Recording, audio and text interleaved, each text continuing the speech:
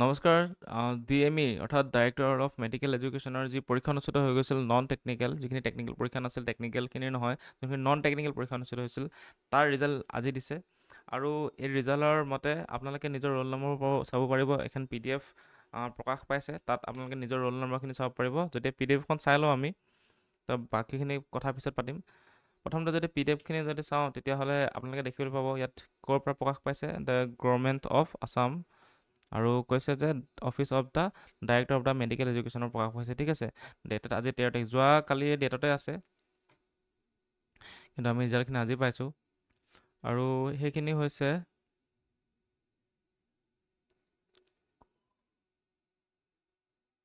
এইখিনি ৰিজাল্ট, যোনখিনি 30 তাৰিখে অনুষ্ঠিত হৈ গৈছিল, মাৰ্চ মাহত অনুষ্ঠিত হৈছিল 2025 চনত। আৰু এডভাৰটাইজমেণ্ট ওলাইছিল, এইটো বহুত আগতে ওলাইছিল, কিন্তু আকৌ এবাৰ এডভাৰটাইজমেণ্ট কৰা হৈছিল যে 26 তাৰিখে কৰা হৈছিল, যোৱা বছৰৰ 2024 চনৰ 26 ডিচেম্বৰ তাৰিখে মানে এইটো এডভাৰটাইজমেণ্ট কৰা হৈছিল, আৰু তাৰ আগতে কৰা হৈছিল, আকৌ ৰিপিটেড কৰা হৈছিল বস্তুখিনি।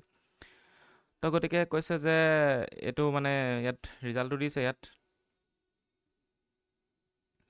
আৰু এই ৰিজাল্টৰ মতে মানে কোনে কোনে কেতিয়া যাব লাগিব, মানে তাত যিখিনি ইয়াৰ পিছত স্কিল টেষ্ট অনুষ্ঠিত হ'ব, স্কিল টেষ্টৰ কাৰণে মানে ডেটকেইটাও দি দিয়া হৈছে। ঠিক আছে, স্কিল টেষ্ট যিহেতু পৰীক্ষা অনুষ্ঠিত হ'ব, তাত কৈছে যে 22/9/2025 মানে 22 তাৰিখে মাতিছে, তাৰপিছত কিছুমানক 22 তাৰিখে মাতিছে, কিছুমানক 24 তাৰিখে মাতিছে, তেনেকৈ মাতিছে চবকে, কিছুমানক 23 তাৰিখে মাতিছে। কাক কেনেকৈ মাতিছে এইবোৰ কৈছে যে, লিখিছে যে the roll numbers are shortlisted for appearing the skill test. Skill test অনুষ্ঠিত হ'ব and document verification হ'ব। ঠিক আছে, they are hereby directed to appear the skill test and document verification at office campus of the director of the medical education, 6 mile, Khanapara, and on the dates are shown as below from 10 AM to 5 PM, মানে 10টা বজাৰ পৰা আপোনালোকৰ 10 to 5 যোনটো PM, এই সময়ছোৱাত মানে আপোনালোকৰ এই ডকুমেণ্ট ভেৰিফিকেশ্যন হ'ব, আৰু লগতে স্কিল টেষ্ট অনুষ্ঠিত হ'ব সেইদিনাখন। ঠিক আছে, আৰু ইয়াত আপোনালোকৰ ৰোল নম্বৰ ৱাইজত এইফালে ছাইডৰ ফালে দিয়া আছে। এইখিনি যেনেকৈ 22 তাৰিখে আছে, তাৰপিছত কিছুমানৰ আছে আকৌ 23 তাৰিখে আছে, এইটো ডেট, ৰোল নম্বৰখিনি তেনেকৈ মানে দিয়া আছে। তো আপোনালোকে ৰিজাল্টখন চাব পাৰিব। যদি PDFখন লাগে আপোনালোকে কমেণ্ট কৰি জনাব, নহ'লে পাইছে চাগে বহুতে PDFখন, ইয়াত বহুতো ৰোল নম্বৰ দি আছে। কিন্তু যোৱাবাৰতকৈ এইবাৰ অলপমান ভাল হৈছে যে কিছুমান ৰোল নম্বৰ আমি দেখিবলৈ পাইছোঁ, যোৱাবাৰ যোনখিনি নন টেকনিকেল পৰীক্ষা অনুষ্ঠিত হৈ গৈছিল, তাত মানে বহুতকেইটা ৰোল নম্বৰ বহুতবাৰ ৰিপিট হৈছিল। ইয়াত ইমান বেছি ৰিপিট হোৱা নাই, খুব বেছি এটা দুটা ৰোল নম্বৰ আপোনালোকে ৰিপিট হোৱা দেখি পাব, মানে তেখেতে এটাতকৈ বেছি পষ্টৰ বাবে চিলেক্ট হৈছে। ইয়াত ফৰ এক্সাম্পল ইয়াত দেখিব 18220087, ইয়াতো আপোনালোকে দেখিবলৈ পাব যোনটো ইয়াত দিয়া হৈছে।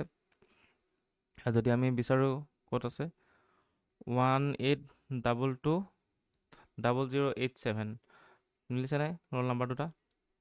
182218220087 এনেধৰণে ইয়াত মানে এইখন ৰিজাল্ট শ্বীটতো কিছুমান ৰোল নম্বৰ ৰিপিট হৈছে, কিন্তু বহুত কম পৰিমাণে হৈছে।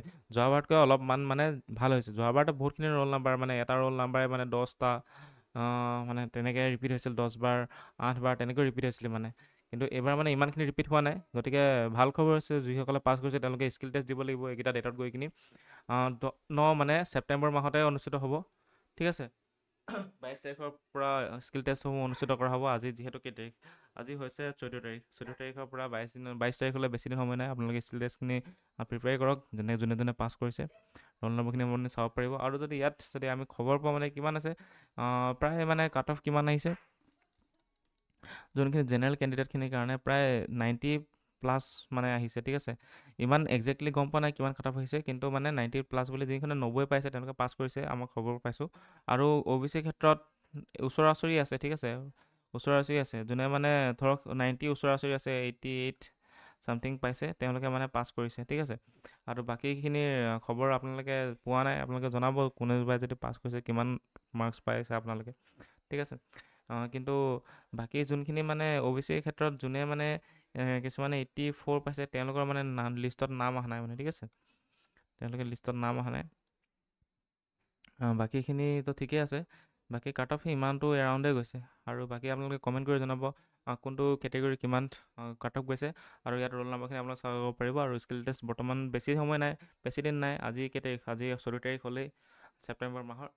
আৰু ছেপ্টেম্বৰ মাহৰ 22 তাৰিখৰ পৰা যদি অনুষ্ঠিত হয় আৰু মাত্ৰ কেৱল 7 দিন আহি আছে, 7 দিনৰ পিছত আপোনালোকে তাত সকলোখিনি যাবই লাগিব, ৰেডি কৰিবই লাগিব। গতিকে যা কৰক, যি আপোনালোকৰ যদি ডকুমেণ্ট নাই ডকুমেণ্টখিনি ক্লিয়াৰ কৰক, কাৰণ ডকুমেণ্ট যদি এবাৰ আপোনালোকৰ কিবা এটা মিষ্টেক হ'লে আপোনালোকৰ মানে ডকুমেণ্ট ভুল হৈ যায়। আৰু কিছুমান কথা আছে, যেনেকৈ OBC যিসকল হ'লে তেওঁলোকে মানে যেতিয়া ডিজিটেল চাৰ্টিফিকেট দিলে, ডিজিটেল চাৰ্টিফিকেটত কি হয়, আপুনি যেতিয়া ADRE মানে ডকুমেণ্ট ভেৰিফিকেশ্যনত কিছুমানৰ মানে কি হয়, এই চাৰ্টিফিকেটৰ তলত কিছুমান যে ভেৰিফাইড থাকে যে, সেই ভেৰিফিকেশ্যনটো মানে হোৱা নাছিল, মানে যোনবোৰ এডব এক্ৰবেটতে কৰিব পাৰে, ঠিক আছে, এডবি এক্ৰবেটতে কৰিব পাৰে।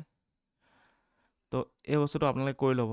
যোনখন ধৰক OBC আপোনালোকে NCL নহয় আচলতে, OBC যদি আপোনালোকৰ কাষ্ট চাৰ্টিফিকেট, OBC বুলিয়ে নহয় আৰু যি চাৰ্টিফিকেট হ'লেও তলত মানে যোনটো অথৰিটিয়ে মানে আপোনাক মানে কি কৰে, গ্ৰাণ্ট কৰে চাৰ্টিফিকেটখন, তাত মানে সেই চাইনটো মানে ভেৰিফাইড হৈ থাকিব লাগে। যোৱাবাৰ মানে কি হৈছে, ADREত কিছুমানে গৈছে তাত মানে OBC চাৰ্টিফিকেটখন ডাইৰেক্ট উলিয়াই লৈছে, যিহেতু অনলাইন চাৰ্টিফিকেট হয়, তাত মানে তলত যোনটো ছিগনেচাৰ হয়, ছিগনেচাৰটো মানে ভেৰিফাইড নাথাকিছিল মানে।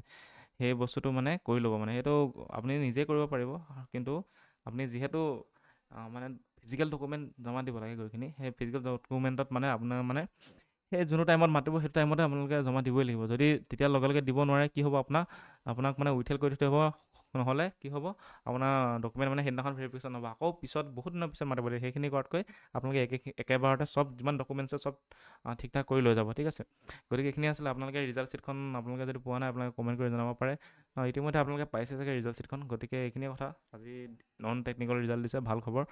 যিসকলে পাছ কৰিছে কংগ্ৰেচুলেশ্যন থাকিল, আৰু যিসকলে এতিয়ালৈকে মানে সফল হ'ব নোৱাৰিলে পৰীক্ষাটোত, তেওঁলোকে প্ৰিপেয়াৰ কৰক। আকৌ এতিয়া 190+ পষ্টৰ কাৰণে এতিয়া আকৌ DME আকৌ এডভাৰটাইজমেণ্ট চলি আছে, আৰু ফৰ্ম ফিল আপো হৈ আছে। গতিকে আপোনাৰ ফৰ্ম ফিল আপ কৰক, নেক্সট পৰীক্ষাৰ কাৰণে আকৌ পঢ়ক। আৰু আহিবলগীয়া বহুতো পৰীক্ষাও আছে, ধৰক কি আছে, জুডিচিয়েল এছিষ্টেণ্ট এটা পৰীক্ষা অনুষ্ঠিত হ'ব, হাইকোৰ্টৰ, গুৱাহাটী হাইকোৰ্টৰ। গতিকে সকলোখিনি কাৰণে প্ৰিপেয়াৰ কৰি থাকক। আৰু আমাৰ চেনেলটো যদি চাই ভাল পায়, তেতিয়াহ'লে আপোনালোকে চেনেলটো ছাবস্ক্ৰাইব কৰিবলৈ নাপাহৰিব। আৰু লগতে কি কৰিব, আপোনালোকে চেনেলটো ছাবস্ক্ৰাইব কৰি ল'ব, আপোনালোকে যদি কাৰেণ্ট এফেয়াৰ্ছ ৰিলেটেড হওক, নহ'লে আগন্তুক কিবা এক্সামৰ বাবে প্ৰিপেয়াৰ কৰিছে, কাৰণ এই চেনেলটোত আপোনালোকৰ অল ৰাউণ্ড প্ৰিপেয়াৰ কৰা হয়, গতিকে সকলোখিনি জ্ঞানৰ বাবে। গতিকে আজিলৈ ভিডিঅ'টো মানে ধন্যবাদ।